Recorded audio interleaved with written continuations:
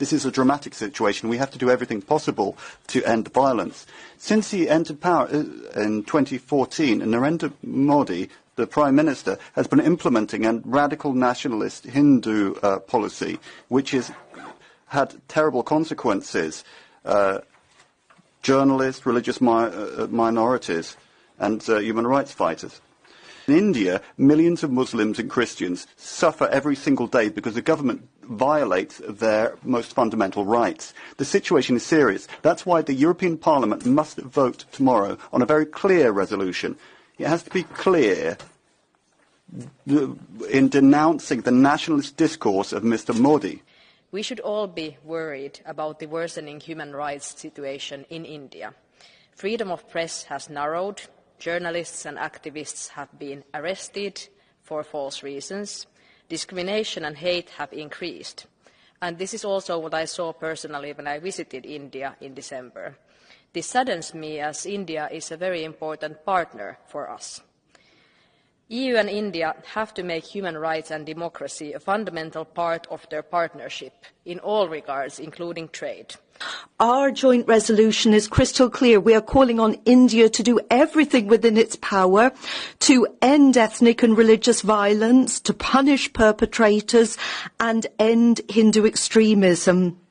Without ironclad guarantees in this area, then we cannot talk about a new trade agreement with India. India is an important partner to the European Union, but if we as a Christian community can respect other faiths and identities, we must ask our partners to do the same.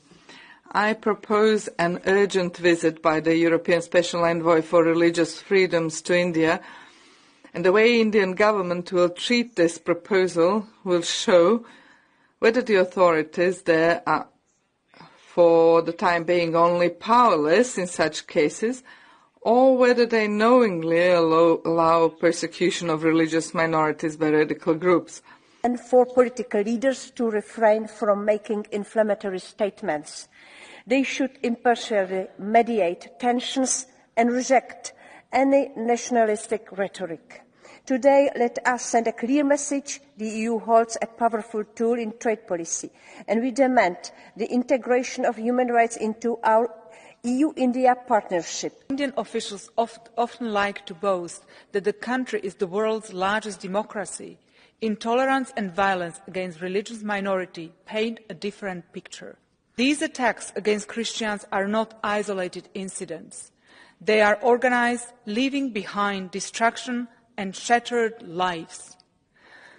The EU cannot close its eyes to these crimes. With this resolution from the European Parliament, we call on the most populous democracy in the right just to do what it is duty-bound to do in its constitution, to maintain religious freedom also for Christians in Manipur. Despite the gravity of the situation, authorities are not taking sufficient action and fostering peace dialogues, while the Manipur Tribal Forum's plea for protection of the Kuki tribe by the Indian Army has been rejected by the Supreme Court.